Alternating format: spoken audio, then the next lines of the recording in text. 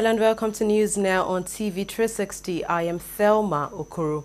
President Muhammadu Buhari has ordered security chiefs to hunt down those who perpetrated the attack on Ukpabi Nimbo community in Uzonwani local government area of Enugu State on Monday.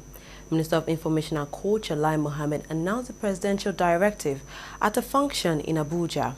The president sympathized with all those who lost their dear ones as well as those who lost their properties in the attack. He said the government would not allow these attacks to continue across the country. It's the first time the president would be speaking on the attacks which claimed the lives of about 20 persons. Meanwhile, the people of Ukpabi Nimbo community have blamed security agencies for failing to act on credible information they provided before the attacks. The villagers were speaking when the Enugu State Governor Ifeanyi Ugwuanyi visited the community. Caretaker Chairman Uzonwani local government area Colonel Onbuye said he personally alerted the governor, the commissioner of police and heads of other security agencies after he received a confirmation from some Fulani herdsmen in the area that the herdsmen were going to attack their community. Indigenes of the community have since fled to neighboring communities in fear of more attacks. The attack is the latest in a series of attacks by suspected herdsmen after previous attacks in Benue State and Taraba State. Still on the attack in Enugu State, the movement for the actualization of sovereign state of Biafra, MASOB, has condemned the attacks by Fulani herdsmen. The group also wants Fulani herdsmen to relocate from the southeast zone. A statement signed by the group spokesperson Edison Samuel said, quote, "The killing and destruction of property of our people by Fulani herdsmen is getting out of hand. The fact that MASOB believes in non-violence does not mean that we cannot defend ourselves." End of quote. The group also slammed international human rights group Amnesty International for failing to report and condemn the killings carried out by the herdsmen. President Muhammadu Buhari has met with the leadership of the Nigerian National Assembly on the 2016 budget. Senate President Bukola Saraki and the Speaker of the House of Representatives Yakubu Dogara attended the meeting, which held in the state capital in Abuja. Also present was the Minister of Budget and National Planning, Udo Udoma. Saraki told State House correspondents after the meeting that they have all agreed on the way forward for Nigeria's 2016 budget. He said the budget would now be signed in a matter of days after President Buhari said grey areas in the budget must be addressed. The 2016 budget has been delayed for some months now, as President Buhari had to withdraw the 6 trillion naira the 6 trillion naira budget due to an unrealistic oil price assumption and flaws in the draft. Several youths who identify themselves as Occupy National Assembly have again surrounded the Nigerian Parliament, demanding the resignation of the Senate President Bukola Saraki. The youths, made up of various civil society organizations and students, were demanding that the federal lawmakers immediately return the exotic cars bought for them or face the wrath of Nigerians. The protesters said the money spent on the cars should have been channeled to other sectors of the Nigerian economy. They also condemned the current state of the nation, asking lawmakers to speak out. What we have decided to do today is to occupy this land. This land is my land. This land is my land. Our fathers are dying. Our brothers are sick. The National Assembly is flying overseas for treatment. They are buying luxury cars. If you believe that the people are powerful, let us sit down on this ground. If they insist that they must use SUVs, they should go and buy Innocent.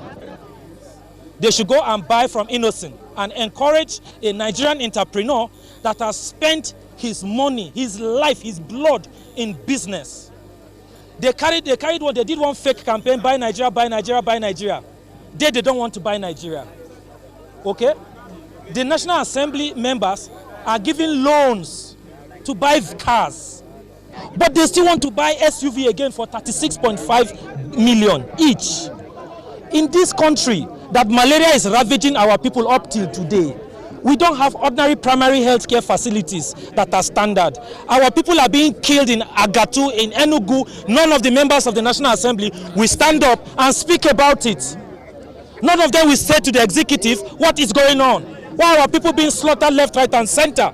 Do something about it. They will not speak for us. We are here to say the National Assembly must be responsive to the yearnings and aspirations of the ordinary citizenry. You ask me, why not the executive, why not the judiciary, why the National Assembly? The answer is very simple. They are the closest amongst the three arms of government. They are the closest to the people. They are the people who truly represent the people in reality. President Muhammad Buhari has held talks with the Managing Director and Chief Operating Officer of the World Bank, Sri Ndrawati, who is visiting Nigeria. The World Bank chief said part of the discussions were challenges facing the Nigerian economy, low commodity pricing, challenge of climate change, insecurity, job creation, poverty eradication, and fight against corruption. They also discussed the need to diversify the Nigerian economy away from oil, as well as improvement on tax drive. Although Nigeria has held talks with the World Bank over a possible loan or credit facility to fund its 2016 budget, Ndrawati did not address this when speaking to reporters after the meeting. The trial of Senate President Bukola Saraki on charges of alleged false declaration of assets continues today at the Code of Conduct Tribunal. At the resumed hearing on Wednesday, Prosecutor Rotimi James again mentioned the application against the tribunal chairman to disqualify himself from the trial and the continuation of cross-examination. The Senate leader's legal team have accused the chairman of the tribunal, Danladi Umar, of being biased. The CCT chairman also ordered that all security personnel attached to the Senate president or any other politician should henceforth stay out of the courtroom when the trial commences for security reasons. Saraki is facing a 13-count charge of false declaration of assets while he was governor of Kwara State. What we're concerned about is the dispensation of justice in this country. We need to understand that the maxim that it is better for 10 guilty people to escape judgment than for one innocent person to be convicted is the bedrock of justice. It's not about convicting persons, it's not mob justice. It's about ensuring that the institutions are working. It's not because of Senator Bukola Saraki, it's about you, it's about the masses. If Senator Bukola Saraki is put through this kind of oppressive proceedings, then what hope do the other Nigerians have? And that's the reason we brought this before the court. Well, it doesn't talk about whether Senator Saraki is guilty or innocent. It talks about the purity of the stream of justice. It talks about the impartiality of the panel that wants to sit in justice over a fellow Nigerian. That's what we're talking about. So is it safe to say that you're asking for another person to become chairman other than Yes, Danladi? that's what we're talking about. We're not saying that he should not face the trial. He's been facing it and you can see the results already. All we're saying is that for us to be sure that justice is being done, it must be manifestly seen to be done. We cannot have somebody who has a sword of Damocles hanging over his head deliberately by the EFCC, sitting in judgment over a case that the EFCC is presenting to him. There is no basis for this application. The application was just filed to harass the members of the tribunals. So it's just to create confusion and to prevent justice. So that's exactly what happened. And that's why we argue that it should never be entertained. Yes. The judge hearing the case of a former Minister of Interior, Abba Moro, has stepped down from the case. At the trial, which was supposed to commence on Wednesday, Justice Angoli Chinkere said she was resigning on personal grounds. Moro and 3 others are standing trial for an 11-count charge bordering on diversion of public funds, including 676 million naira they illegally collected from immigration job applicants.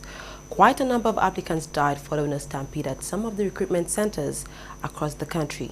The Jonathan government received scathing criticisms for the incident, but it failed to discipline the officials behind the unfortunate exercise. Further proof of evidence was just served on us yesterday, and unfortunately, we got the information from the court this morning that the matter was going to be, the file was sent back, it's been sent back to the chief judge for reassignment. We are waiting, whichever court it goes. As soon as we are informed, we'll be in court to do our work. You'll recall that this matter had been adjourned since March to today. All the counsel for the defendants were here ready to proceed with the hearing. But surprisingly, this development took place that the matter is being reassigned or rather transferred. We don't know what is responsible for this, and we feel it's quite unfortunate because we came here prepared to proceed, and now that defendants are here is a bit surprising. They have a right to amend the charges, but we came here prepared even to proceed with trial based on the amended charges.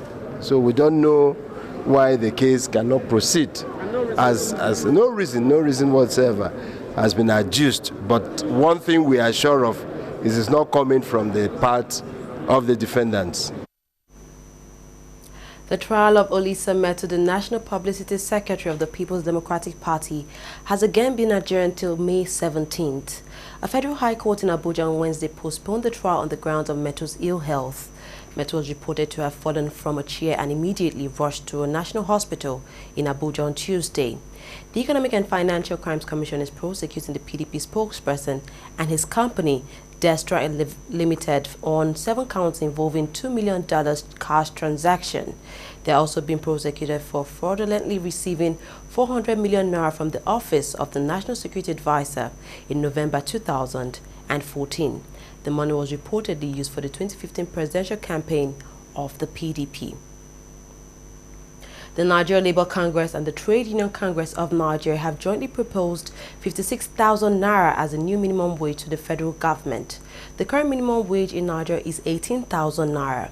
NLC President Ayuba Waba at a news conference in Abuja on Wednesday said the labor unions were optimistic the federal government would look into their proposals.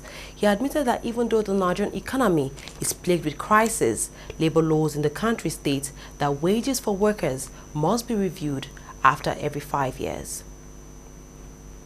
6 Turkish members of a cargo ship's crew kidnapped by pirates off the coast of Nigeria have now been released. The crew members were abducted about 2 weeks ago. Femi Ogene, a lawyer for the shipping firm, on Tuesday confirmed the release of all crew members. He said all 6 of them are safely back in Istanbul. He declined to say whether or not a ransom had been paid for their release. The Turks, who included the MT police captain, chief officer and chief engineer, were abducted some 90 miles off Nigeria on April 11th.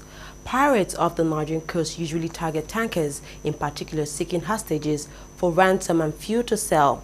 Just last month, Nigeria and Equatorial Guinea agreed to establish combined patrols to improve security in the Gulf of Guinea.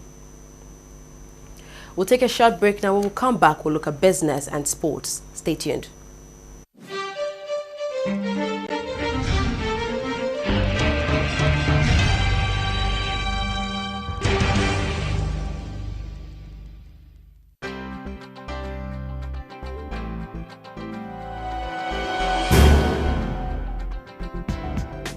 Hello, you're welcome. You're watching the Funny White Man Show, which is the biggest, the brightest, and the most entertaining show in Africa. Funny white man, but this way you talk, you too much. Give me 5,000 man that you. Too much. So you get it like, when she move along the street, yeah, me should like there, I'm going girl. You know, my own people, actually. Yeah, fine, it's fun. I enjoy it. And I'm one of those very few. I'm forever taking it personal. I will listen 160 million Nigerians are corrupt. How? Brother, I'm looking for you. Yeah, but it's a growth, and this is the time to build business and know the pitfalls and know what to do and what not to do. But there are months where you get business and months. You know how we do, how we train them. We did the way you did.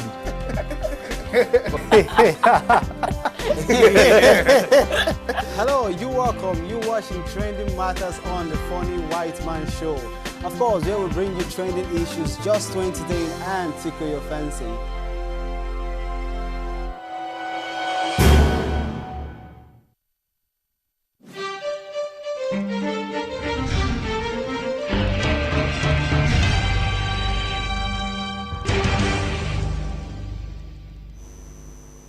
Welcome back. You've been watching TV360 News now.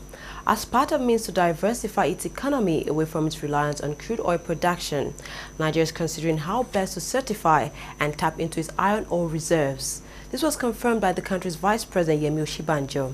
The Vice President said about 70% of Nigeria's known iron ore deposits were yet to be proven to be viable, and the government was considering options which included working with private companies for certifying existing deposits. Nigeria's economy, the largest in Africa, is currently going through its worst crisis in years because of the fall in crude oil prices. The government, led by President Muhammad Buhari, has said it wants to diversify the economy by boosting agricultural, mineral and other non-energy sectors. The World Bank has raised its 2016 oil price forecast up from the previous level of $37 per barrel to a new height of $41 per barrel.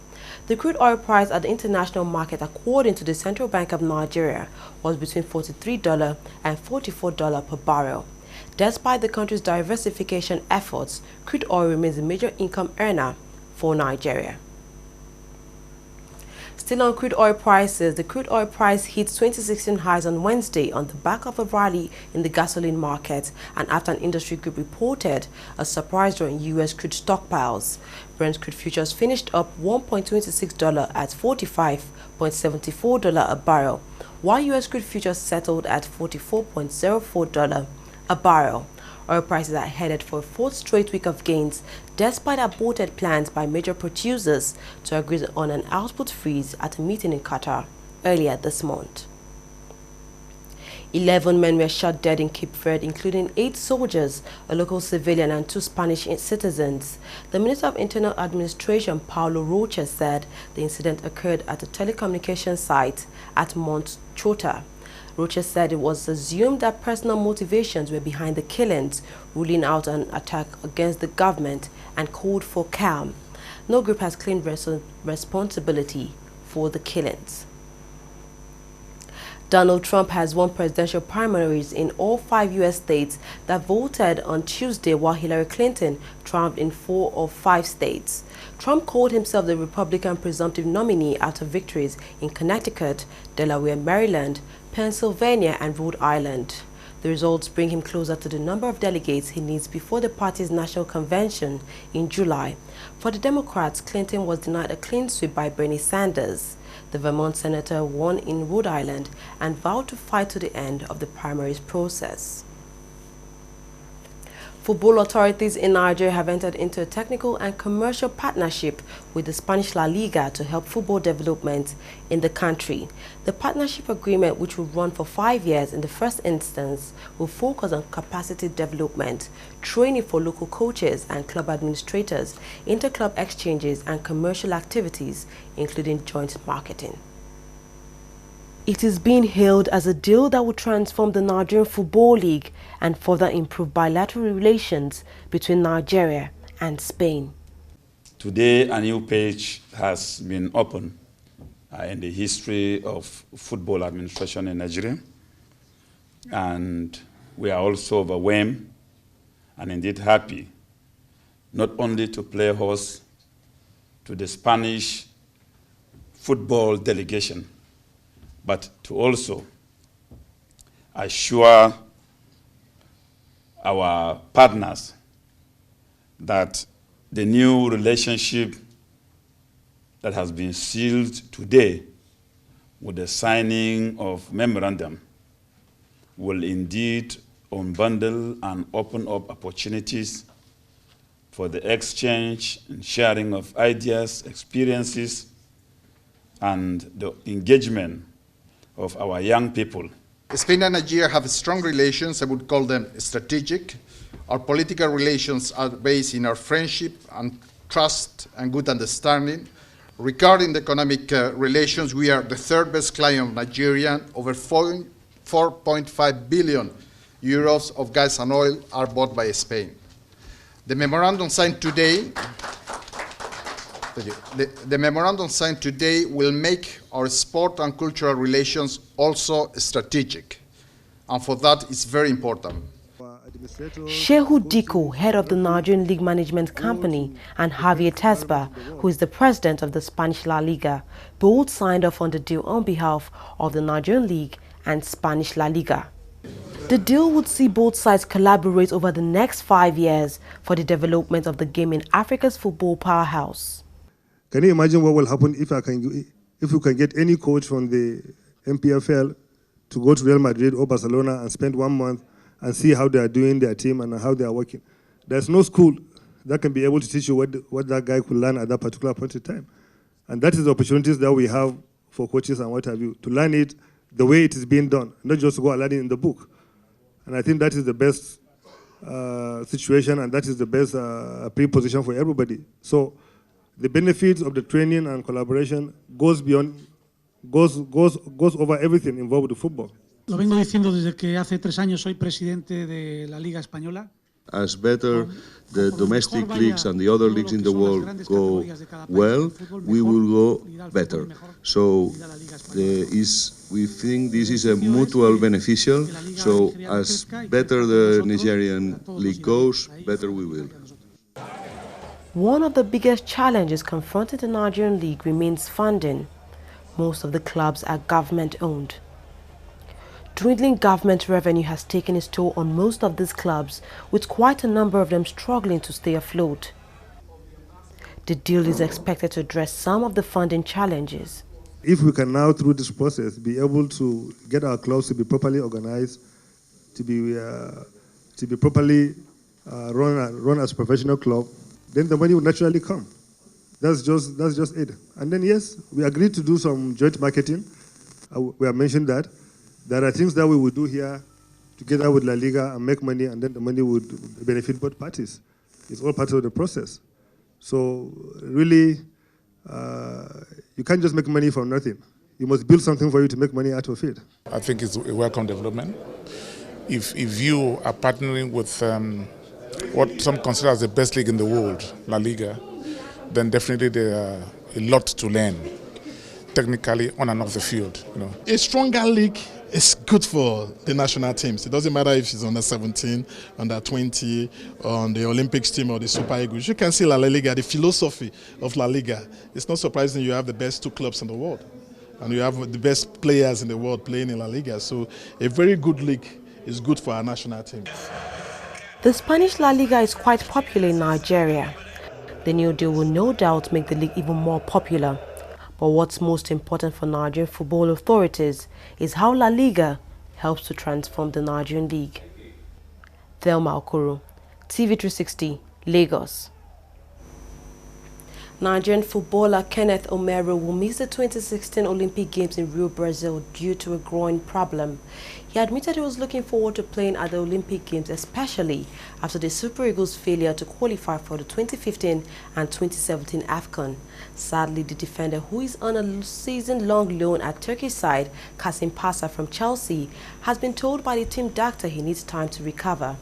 Omeru was first called up by the Nigerian side in January 2013. He went on to play at that year's African Cup of Nations and Confederations Cup, and also at the 2014 World Cup. Tottenham midfielder Dele Alli faces a minimum ban of 3 matches after the FA confirmed he would be charged with violent conduct. Ali was charged for punching Claudio Yacoub during his side's draw with West Brom on Monday. The English international has insisted that Yacoub was the aggressor, hitting the 20-year-old twice in the off-the-ball incidents. Ali has enjoyed an impressive first season, netting 10 league goals and landing the PFA Young Player of the Year award. Well, that's all we have on news now. We thank you very much for watching. I am Thelma Okoro.